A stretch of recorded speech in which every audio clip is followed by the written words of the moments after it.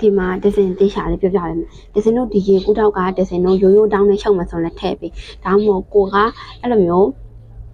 ရိုးတောင်းနဲ့ပဲရှုပ်ရှင်တယ်ဒီရေကူးတောက်ကိုထည့်မရှုပ်ရှင်ဘူးဆိုရင်ဒဇင်ပတန်ဆွဲတဲ့အခါမှာဒီရေကူးတောက်ကိုထည့်ပြီးနော်ဒါပေမဲ့ဒဇင်တို့ကဒီဟာကိုဒဇင်တို့ဖြတ်ထုတ်ပြီးဒဇင်တို့တိတ်ကလိုက်နော်ကိုကဒီရေကူးတောက်နဲ့မရှုပ်ရှင်ဘူးဒီရိုးရိုးတောင်းနဲ့ရှုပ်မယ်ဆိုရင်ဒဇင်တို့ကရေကူးတောက်လေးထားရေကူးတောက်လေးထည့်ပြီးတော့ဒဇင်တို့ကတိတ်ပြီးပြန်ကလိုက်နော်အဲ့လိုဆိုရင်ဒါက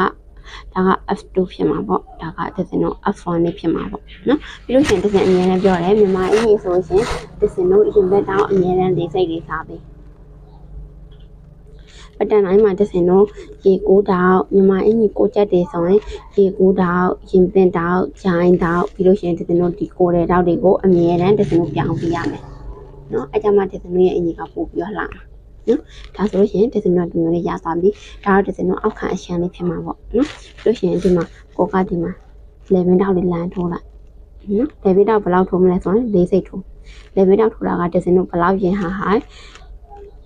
ဒဇင်တို့လေဘင်းကိုကငုံလိုက်တဲ့အချိန်မှာပေါ့နော်မဖြစ်တော့ဟိုက်တာရွာမဖြစ်တော့ဒီလေဘင်းတောက်ကိုဘယ်လိုရွာမလဲနားမလဲရှင်ဒဇင်ဗီဒီယိုလေးတစ်ပုံနဲ့တင်ပေးထားတယ်အဲ့ဒီဗီဒီယိုလေးကိုသွားကြည့်လိုက်နော်ဒါဆိုရင်ဒဇင်တို့ကအောက်ခံအကျန်းလေးရပြီဒဇင်တို့ဒီအပေါ်ကျန်းကိုသွားမယ်ရေဖုံချမ်းကိုသွားမယ်ပေါ့နော်ရေဖုံချမ်းသွားမယ်ရေဖုံချမ်းသွားလို့ရှိရင်ဒဇင်တို့ကဒီအနောက်မှာဒဇင်တို့က2လမ်းမ6စိတ်ဖောက်ပေးရဖြစ်တဲ့အတွက်ဒဇင်တို့ဒီနားမှာလည်း2လမ်းမ6စိတ်တွေဖောက်ပေးမယ်ပြီးရင်ဒဇင်တို့ကဒီဘက်မှာဒဇင်တို့3လမ်းမလေးနော်3လမ်းမဆိုတော့ဒဇင်တို့ကဒီအောက်ကိုလည်း3လမ်းမလေးဆင်းပေးမယ်ပြီးလို့ရှိရင်ဒီဘက်မှာထိုးတဲ့တောက်တွေကိုဒဇင်တို့ကအကုန်လုံး copy ပြန်ကူပြီးတော့ထိုးပေးမယ်နော်ကိုခပတန်အကြီးမှဆိုလို့ရှိရင်ဒဇင်တို့က2ရက်မဆွဲရရတယ်နော်2ရက်မဆွဲလဲရတယ်ဒဇင်တို့ဒီပထမဆုံးရင်မုံချမ်းပဲဆွဲလိုက်ပေါ့ရင်မုံချမ်းဆွဲပြီးလို့ရှင်ဒဇင်တို့ကအဲ့ဒီရင်မုံချမ်းကိုဒဇင်တို့ဒီဘက်မှာထုတ်ပါလိမ့်နော်အဲ့ဒီဟာကိုဒဇင်တို့ကခောက်ပြီးတော့ဒီအတွင်းချမ်းကိုဒဇင်တို့ကပြောင်းပြန်လှန်ပြီးတော့ပြန်ပြီးတော့ဒဇင်တို့ပိတ်ဆောက်ပေါ်မှာညှက်လို့ရတယ်နော်အဲ့လိုဆိုရင်ဒဇင်တို့ရဲ့ပတန်ဆက်ကိုလည်းအကုန်ညှက်တတ်တာပေါ့နော်ဒါဆိုလို့ရှင်ဒဇင်တို့ကဒီရေကူတောက်လေးဒဇင်ထည့်လိုက်မယ်